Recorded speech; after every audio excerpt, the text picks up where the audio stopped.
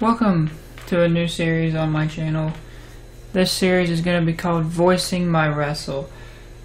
It's going to be kind of podcast-esque, kind of discussion-esque. Basically, I'm just going to be giving my opinion in discussing wrestling matters. I wanted to start off with a very, very big topic in the wrestling industry right now. That would be the WWE brand split. And I've thought about it for a while. I've talked about it with a few of my friends, Ty and TJ from Gamer Central. Actually, TJ is the one that sent me this background cover. Check out their channel and subscribe if you haven't yet. Awesome videos all the time. But anyway, back to the point. With Raw and SmackDown having unique rosters, and we all say that we know that it's going to be a brand split. One roster for Raw, one roster for SmackDown. I'm 100% for it, and I can see a lot of good coming out of it, like underutilized talent getting a chance they never would have got with everybody wrestling on both Raw and SmackDown, and Roman Reigns getting shoved into the main event picture and shoved down our throats.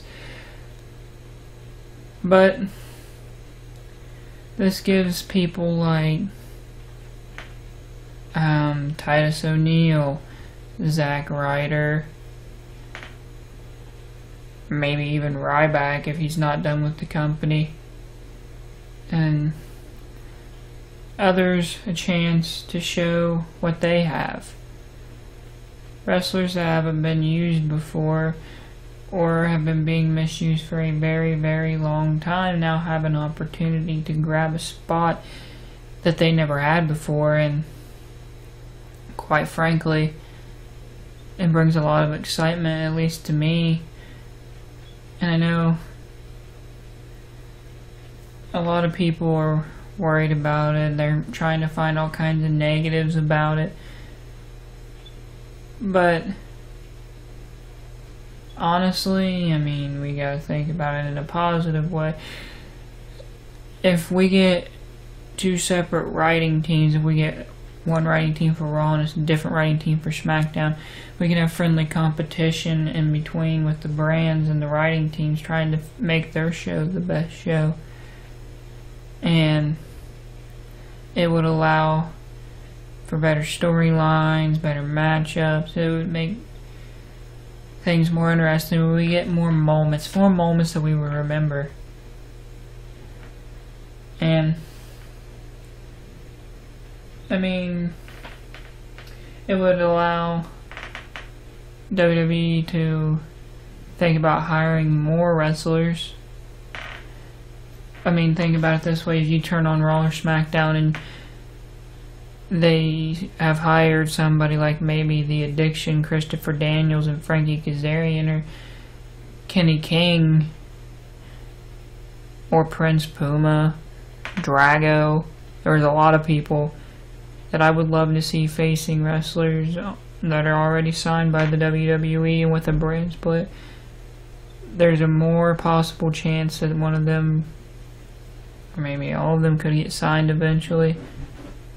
And I know a lot of people are worried about titles, like, should we have one major title, should we have two major titles, how many titles should there be, should the WWE bring back titles, should they make the Intercontinental title the new, like, World Heavyweight Championship? I kind of say in quotations.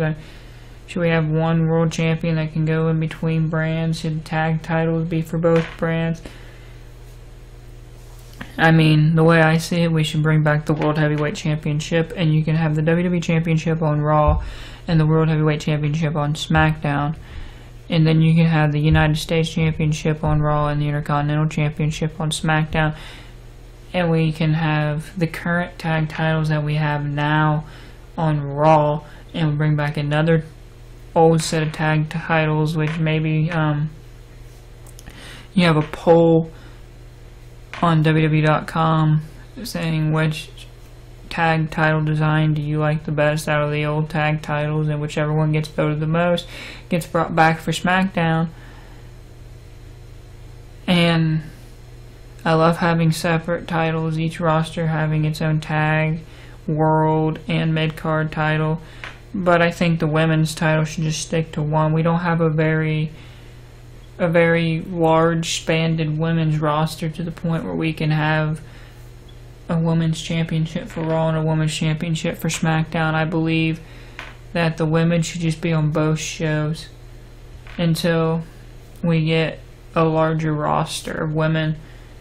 And I mean, one thing I don't want to see is Raw to be like put as like this major, like you have your Roman Reigns, John Cena, Seth Rollins, all your main eventers on one show, and then SmackDown just be stuck with non-main eventers. I don't want to see that. I want to see it split evenly. Like, even if it's not like a 50-50, maybe you can make it a 60-40, something close and along that range.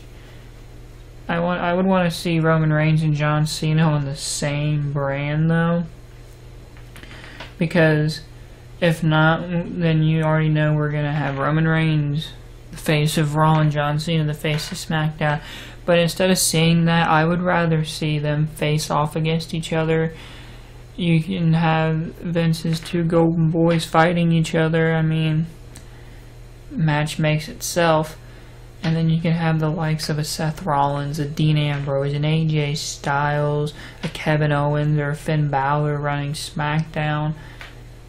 Basically, what I'm getting at is you can have, just using Raw as an example and SmackDown as an example for this, not saying I would want Raw to be for the casual fans, not saying I want SmackDown to be for the casual fans. I would rather them both be like hardcore fan-esque, but you could have like Raw be a casual fan show while SmackDown could be like a smarky hardcore fans kind of show. So you could have like the John Cena's and Roman Reigns on Raw and the Seth Rollins, Dean Ambrose guys on SmackDown, and just make them completely different kind of shows, like they're not even run by the same company. Would be kind of cool. But it leads me to the point where I'm like, who gets drafted where? And how many people get called up from NXT? And I mean, the possibility of ruining somewhat what we have in NXT for this brand split, because if they bring up everybody, like if they bring up Finn and Joe and Aries and Eric Young and Bobby Roode and Nakamura and Asuka and Bayley and American Alpha, the Revival, I mean, if they start bringing all of them up at like once, or even like back to back to back, week after week, that's really going to deploy the NXT roster. And I mean, I would say bring up like a Finn, somebody that's been there. Finn and Bayley, they've been there for a while. Let them come up, but leave a lot of those guys still down there in NXT to hold that brand until the Performance Center has developed more stars, and then you can start bringing those group of people up, and it can be like a new era of NXT after you bring those guys up. And I mean, right now I'm just looking at the positives, trying not to think about any negatives. I'm basically just discussing my opinion on this topic. I mean, everybody's going to have their own opinions. Everybody's going to have their own opinions about everything when it comes to wrestling. I honestly think it's the right move, and I know it wouldn't be the easiest fix, but if the brand split doesn't work, they can always go back. They can always have everybody on both shows. They can always, I mean, no matter what, there's always an option to go back, because we did have a brand split before and then they went back to not having one. So, you know, that's a possibility, but I'm really hoping this works out. And also the fact that SmackDown's going live is huge. There's going to be no more spoilers, so when I want to just sit down and enjoy SmackDown. I don't have to worry about going through Facebook, Twitter, Instagram, on other forms of social media and seeing everybody like, oh, this happened and this happened because they were in attendance. And now, just like Raw, it's live. So we're all seeing it at once as it happens, and there's no spoilers. I mean, you're always going to have spoilers, like something's going to get leaked about what's going to happen on the show, but it's not going to be like it is right now, to the point where the show's almost ruined. Like, you know the whole show before you even sit down to enjoy it. And I mean, there's so many bonuses, so many good things that are going to come out of this. And I just can't wait to see where it heads. And I'm kind of hoping, I know I heard a lot of people say that it's going to be later in July that they do the draft. But I'm really hoping it's going to be July 4th, because I actually bought tickets to go to Raw that night. And so I've never been to a draft show before, so it'd be kind of interesting to go to a draft show and just to see what it feels like to be there live instead of watching the draft on TV. And I'm really, really excited for everything. All of this, it's brought up a lot of energy and excitement towards wrestling for me, because we had the brand split when I was growing up, when I was a kid, so it's kind of like, this is awesome. I'm so glad it's back. And I just can't wait to see where it goes from here. That's all I got to say about that. And I'll see you guys next time on Voicing My Wrestle.